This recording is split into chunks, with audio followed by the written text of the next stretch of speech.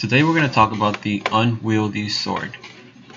In this position, with king c7, pawns on e4 and h3, and then the black king on g2 and pawn on e5, we have an outside passed pawn that we can promote straightforwardly. The problem is that it's not our move, it's black's move, and he can just capture this pawn. But if black captures the pawn on h3, then king d7, king g4, and king takes e5, and we'll win the game. So you can't capture that pawn. He could try king g3, but that doesn't really do anything. He's going to go for our other pawn. So after king f3, now we have to attack his pawn, king e6, and then he'll have king takes e4. His threat is now to promote this pawn on e1, and we will have to promote our pawn. It looks like we will be able to do that after h4. Right now we're touching his pawn, so if he tries to go for our pawn, he's going to lose this pawn on e5.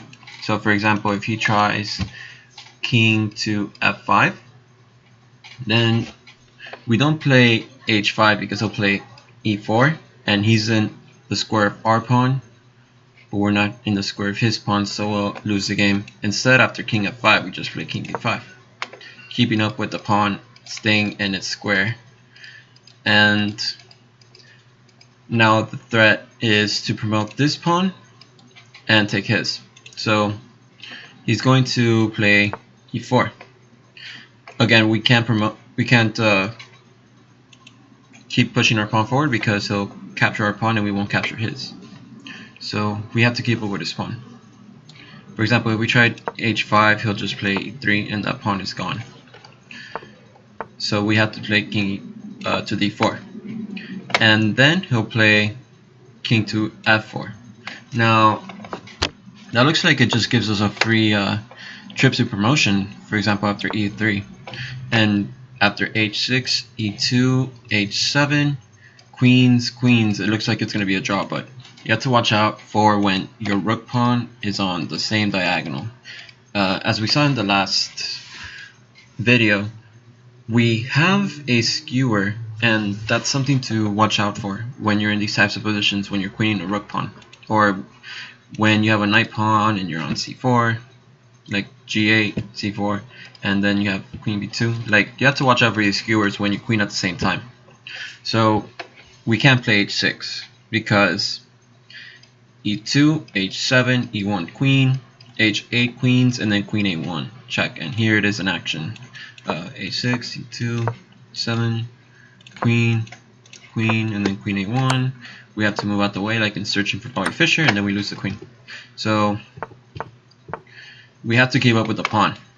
After king d3, king f3, he's moving his king as well, so there's no time lost.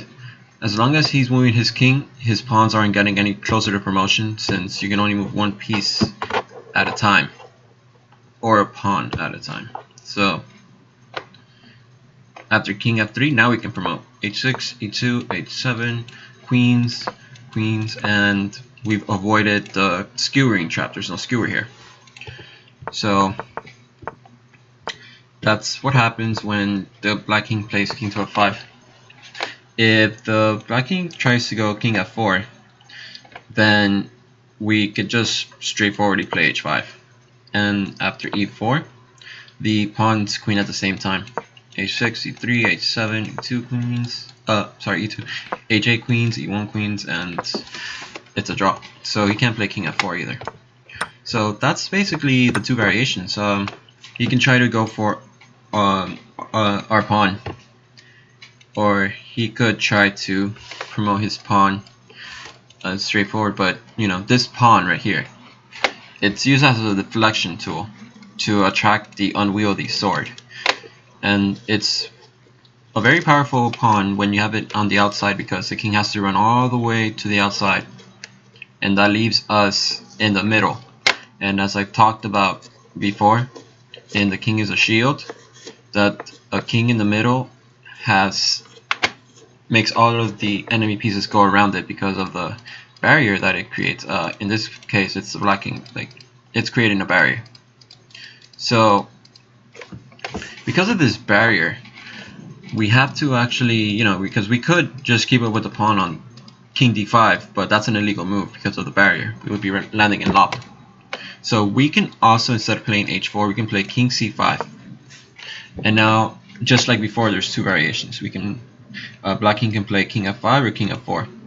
And after king f5, we can just play h4. And that's basically the same thing as before. After e4, king d4, and just like we've seen before, it's the same exact thing. So instead of h4, we can also just keep up with the pawn by playing king c4. And after d4, we can now deflect the king with h4. So after king f4, he's not falling for the deflection. Our pawns will promote at the same time. And he's not queening with check, which would be just absolutely catastrophic. So if he tries to capture our pawn, then we could just keep going. Our queens will queen at the same time with no danger of any check. And then if he tries to capture our pawn, we just capture his, and he's outside of the square. So that was interesting. Let's see. I think I may have missed a variation. After king c4, king f4. Now he has king f4, and we won't be able to. Well, let's see. e4, h5, e3, h6, e2, h7. Queens, and there's no skewer trick, so we will queen at the same time. So after king f4, we play h4, but it's his move now. So e4, h5, e3, h6, e7, h2, queens. Okay, so we will just promote our pawn. So just like that, you just use the outside passed pawn as a weapon. In this example, we have another outside passed pawn, and we have a pawn that's not passed, which means there's another pawn in the way.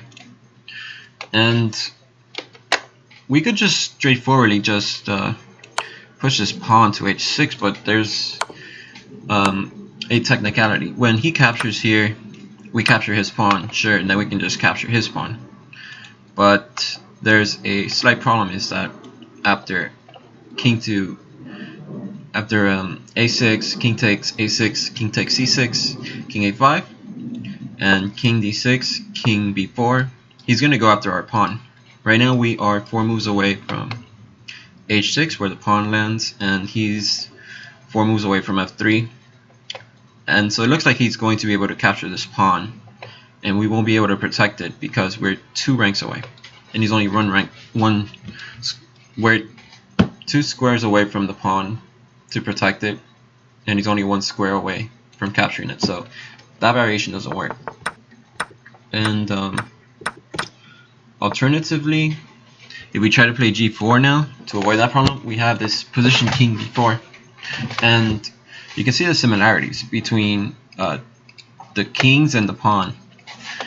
It looks like based on the similarity, when the white king lands on h6, the black king will land on g4. So that's an easy way to tell that this is a draw too. So we can't play a6 just yet. I mean, what's the rush? We could just play g4 right away and avoid all that problem in the future. If king a6, then king takes e6, king takes a5, king d6, king b4, and we are 4 squares from the pawn. He's also 4 squares from our pawn, but then we are 1 square away from our pawn, and the pawn is 1 square away from us. We could just push it, and the barrier here will protect this pawn, and that will be a guaranteed promotion. So we'll see it in action. So king e6, king c4, king f6, king d4, king g6, king e4, king takes h6, king f4, and g5, just like that. Promotion. If the king tries to play smarter, so g4, king c7, a6, and now the pawn will definitely be deflected.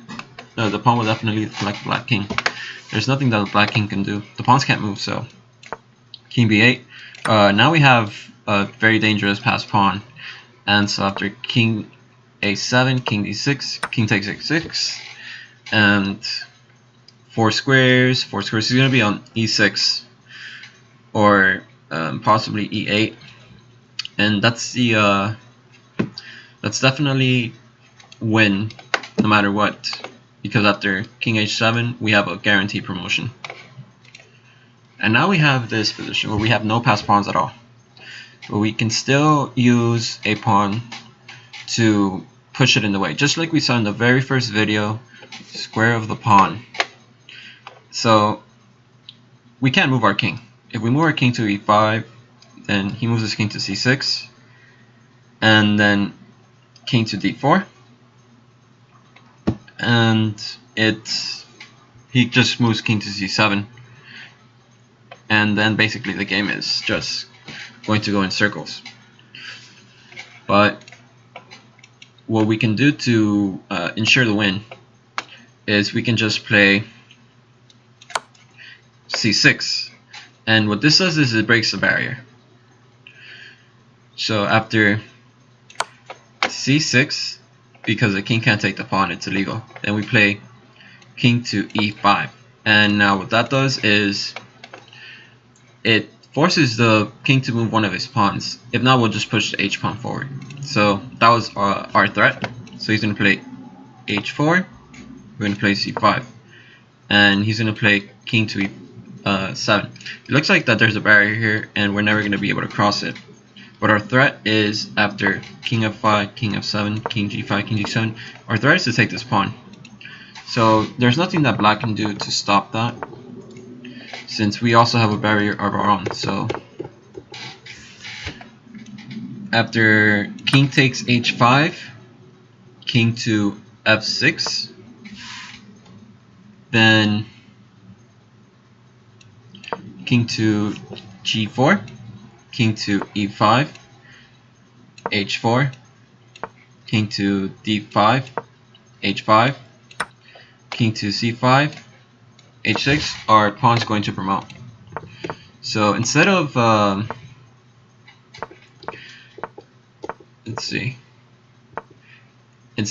keeping up after king g7, he's actually going to play king e6 and go straight for the pawn. It saves a lot more time instead of going to king g7. So we're still going to take the pawn. King to d5, king to g5, king takes e5, h5, and now he could play either king to d5 or king to d6. If he plays king to d5, then we just simply play king h5, and that is going to ensure promotion. And he's one rank behind. Right now his pawn should be on c4. So h6, c4, h7, c3, h2 queens, and he's not going to be able to queen, and we just win the pawn. So he can't play king to d5. Now he could try to get into the critical square, which is c7, and that threatens to blockade the pawn. But we just prevent this blockade. And then after c5, you see he's one square behind again, so he has to play king to e7, still trying to make the blockade happen, but it's not going to happen. So king d5 doesn't work. But after king to d6, this really is a threat. If we push our pawn again to h5, he plays king to e7, and we play king to g6, king to c8, and there's no way that we can prevent this king from getting into that square. If we play king to h7, that blockades our own pawn, and then he plays c5, ultimately catching up. So we have to stop that threat by playing king to f6. And now king to c5. It looks like the pawns are going to queen at the same time, but we have a cool technicality at the very end, and it's not a skewer. Or is it?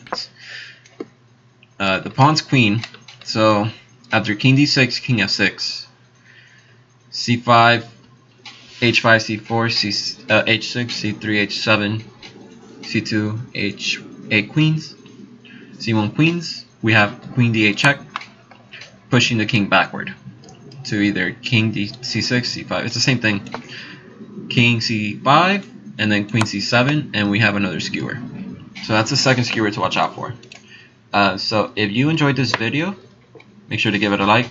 The donation link is in the description. So if you feel like you got a lot of value out of it, make sure to donate. Helps the channel.